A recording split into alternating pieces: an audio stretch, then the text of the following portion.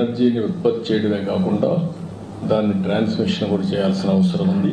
దానికి ఒప్పుకున్నారు, చేస్తామని చెప్పి హామీ ఇచ్చారు.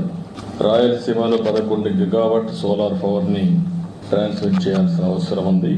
పంప్డ్ ఎనర్జీ కూడా ఒక 7,370 మెగావాట్ని ఇది చేయాల్సిన అవసరం ఉంది. ఈ రెండింటి కూడా వారికి చెప్పిన తర్వాత దాన్ని పాజిటివ్గా తీసుకొని చేస్తా అన్నారు.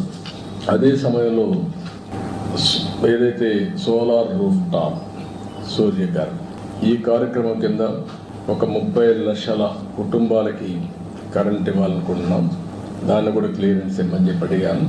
ఇది డిమాండ్ డ్రివన్ ప్రోగ్రామ్ కాబట్టి మీరు ఎంత చేసి అంత ఇస్తామని చెప్పారు. దాని ప్రకారం మ్యాక్సిమం వెళ్తున్నాం.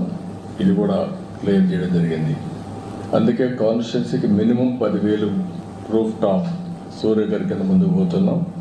ఇది కూడా వార్ ఫుటింగ్లో ఎస్పెషలీ వీకర్ సెక్షన్స్కి ఎస్సీ ఎస్టీ ఫ్రీగా ఇస్తాం. గవర్నమెంట్ ఆఫ్ ఇండియా ఇచ్చేదే కాకుండా బీసీలకు అదనంగా ఒక 20,000 రూపాయలు అదనంగా ఇస్తాం.